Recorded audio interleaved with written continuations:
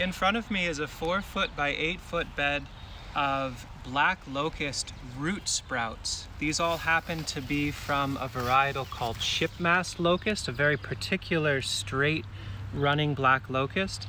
In this video, what I'd like to do is share some notes on how it is that we take root cuttings from woody perennials like black locust, but this could also work for some dwarf sour cherries and some other plants that are amenable to suckering and spreading, and how we get them from little sections of root to this state. I'll explain that all in this video. I think the best way to explain how we got to those cuttings being able to root is to take another container of root sections that have sprouted, take them apart, actually plant them out, and explain the timing and the thought process behind how this worked. I just prepped up a new garden to receive these rooted cuttings, so let's wander on over and take a look together.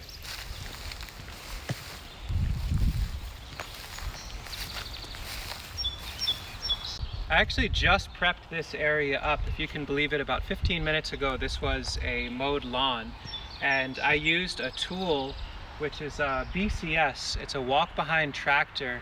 I'm not going to go into detail with it at this point in the video. If it's compelling to you as to how this was converted over, I used an electric BCS, and I'll share some notes at the end. But the point that I'm trying to get to is there's prepped garden space here ready to receive these rooted root fragments. I really, at this time of year, we're in early June, I want to be transplanting these starts into really loose, nice, well-drained, healthy soil.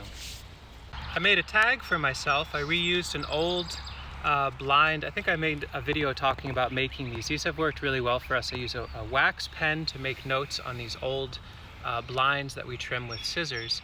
So these are root sections that were taken on the 2nd of April. So it was still very cold when this happened. And the backstory on this is we sell shipmast black locust trees, dormant bare root trees.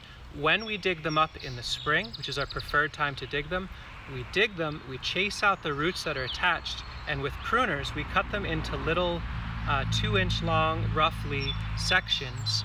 We then take all those sections of root on the day we process them, and we pot them up in loose potting mix, pretty informal potting mix. And here's the critical part, is we put them in a really warm condition. So some people will put these on bottom heat. What we do is we move them into a high tunnel, or you can move them into a greenhouse or even indoors, so that the root sections become nice and warm, and that encourages them to both root and send up new shoots.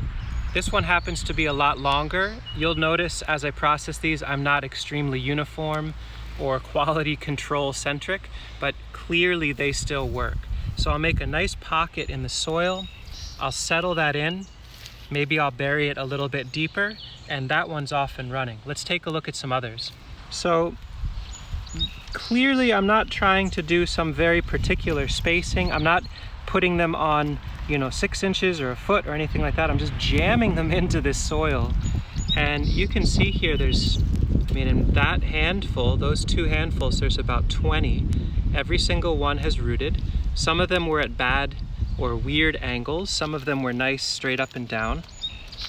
Basically, the point to this is that you can have some very shoddy, loose application, but so long as you're taking the root cuttings as the plant is exiting dormancy, in the spring seems to be ideal, and those root sections are stored in well-drained, doesn't have to be super fertile, just nice quality, loose, well-drained soil.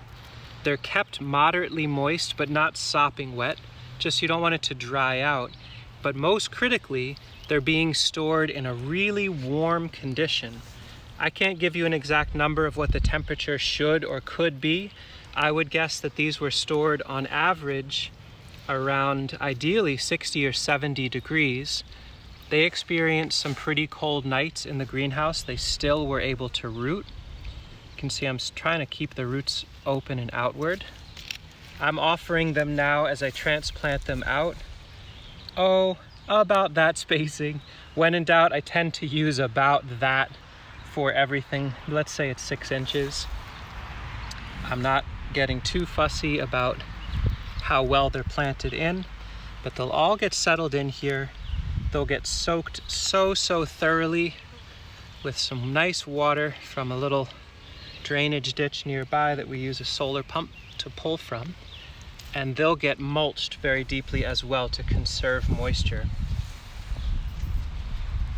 In this one crate, we'll call this a nursery crate. You can find these locally, wherever you live. But this one crate, I would guess we have around 200 or more. You can see this one actually was put upside down, but it's still rooted. And so again, the soil is nice and loose. That part's pretty important. It's relatively weed-free.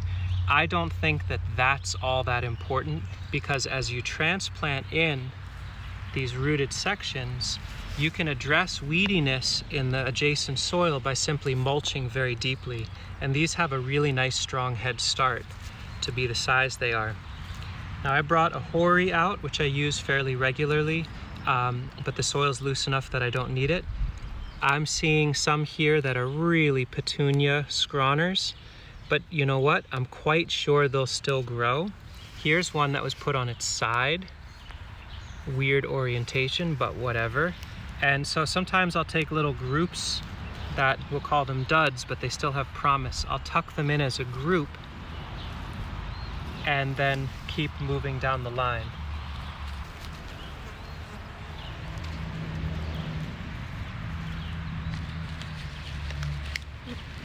Those ones, it seems like you buried completely. Yeah, maybe. Okay. they'll pop up. Got probably. any thoughts on that? I think you get the theme of this is there is not. No, I think you did that because it's so tender, the green growth. It's not that you did that for no reason. You had a reason. That's a really good point. Yeah, ones that were a little bit deep in the mix and were very pale, I'll tend to put a little bit deeper in the garden bed so that they have some time to ease into the idea of being in light rather than being shocked right into it. Right, so it's actually really thoughtful. What you're pretending is not. Yeah, I guess you're right. Pretend thoughtlessness is part of this process, perhaps. You can really see from this just how much tolerance there is to orientation. That one was at a steep angle. This one was laid on its side. Getting them straight up and down with good spacing while you're providing that warmth early in the spring, that might be nice, but really if it doesn't happen, you're still going to get rooted plants. And again, in this case, we're doing Robinia pseudoacacia, or black locust. I would love for folks in the comments to offer up what other plants have you rooted from dormant root fragments successfully.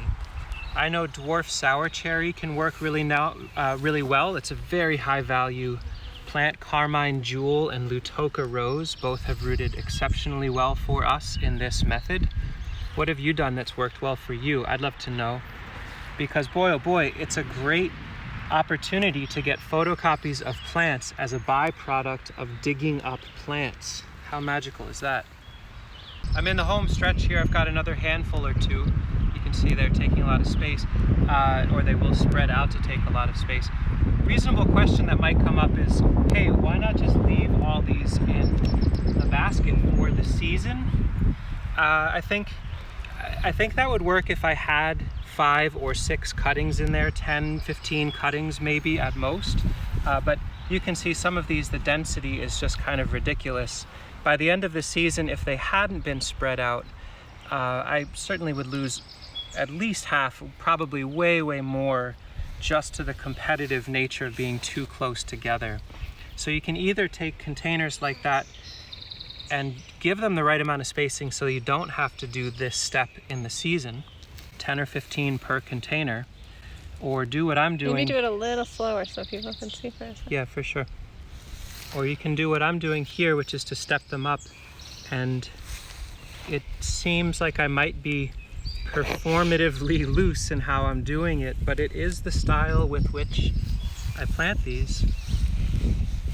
For better or worse, we get a lot of plants out of the deal. So between prep of the garden space, planting, mulching, and watering, we should be able to get around 200 or more shipmass locusts going in under an hour. These will, believe it or not, get anywhere from 2 feet tall to 8 feet tall this year.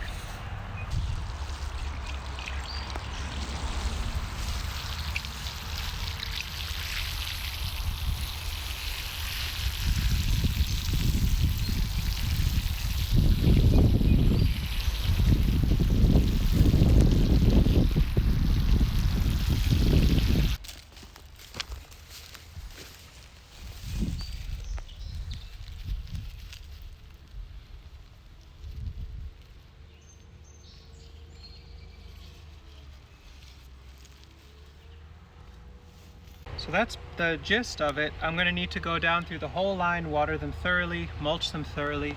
Maybe I'll mulch the mulch a second time with some lighter material since it's so sunny out now, just to take the heat off.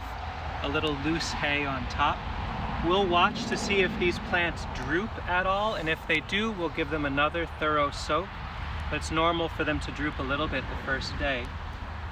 And that's all there is to it. Please share some notes below, questions that you may have, as well as other systems you may have used for propagating from root fragments and what sort of plants work great to that end.